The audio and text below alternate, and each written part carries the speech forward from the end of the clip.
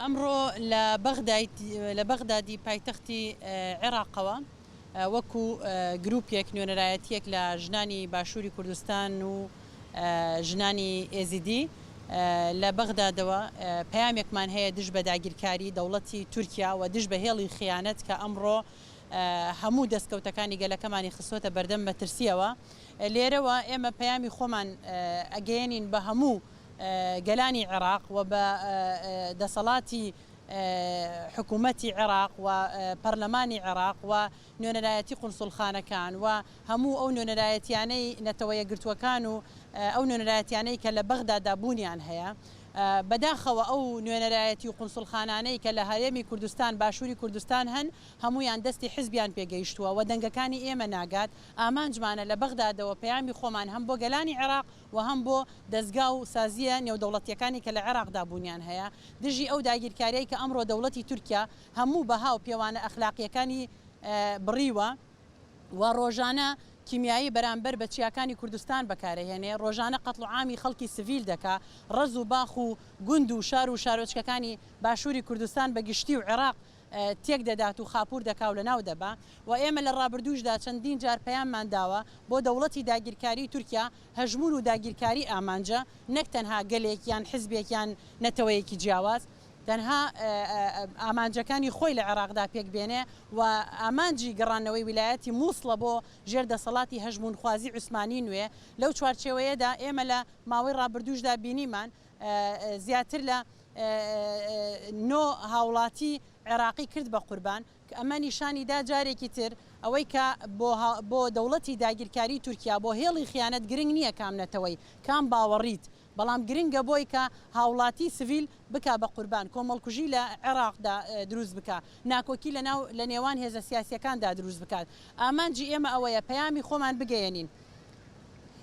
زهنیەتی دەسەڵاتداری دەوڵەتی داگیرکاری تورکیا و زهنیەتی دەسەڵاتداری باشووری کوردستان وەکو پێشنگایەتیکردن بۆ هێڵی خیانەت ئەمڕۆ چارەنووسی گەلی کورد و گەلانی عێراق بەگشتی بە هەموو پێکهاتەوە باوەڕیەکانەوە بەرەو چارەنووسێکی خراپ و نادیار دەبا. ئەم کاربن فێکرە ئەم بەیانێکی بدن بتایبەت البی وەختێ گەلێکی حساس دا الوەختێ ئەم نێزیکی سالبەگەرە فەرمانێژیت بن و هەرواسینێکی هەکاهەتان هەانێکی ئیریش سەر شنگالێ و سەر تەبایی عێراقێ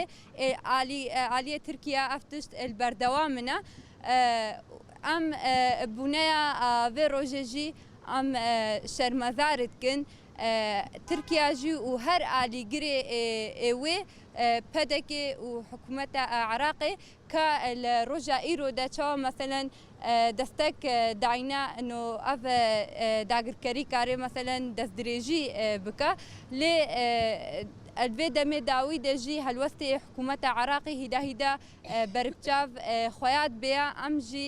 دخوازن هەکە بەڕێیا پەیاما خۆ ئەم دەنگی خۆ ئەم دگهێنن حکوومەتە عراقی ژی هەکە بێ هەلوەست نەمینێ بەرامبەری داگرگەرێ تورکیا و ئەم شەرمەزار بکن هەورە ئالیگرێ تورکیا جی اجبر ایرو به شکلکی گلکی هوانه ایریشی سر قاده پاراستنا مدیا جی ماده کیمیاوی ایریشی واند کنه روزانه اتخوازنه هکا الشخص شاگرد سرکاتی ده گریلاین آزادیه اتخوازن شخص وان جدا منطقه چند مشکی داگر بکن ای هکا افرو برانبری وان سکنه ای هکا افرو ناهله عراق بپرچه ای هکا ناهله يعني بلان تركيا افسر بكافي ايرو اوجي گریلاین آزادینا ای هکا القاده پاراستنا مدیایدا ایرو البرخودن جای آزاد برخودانیا و هکا هتا روجا ایرو الدنیا مشاندن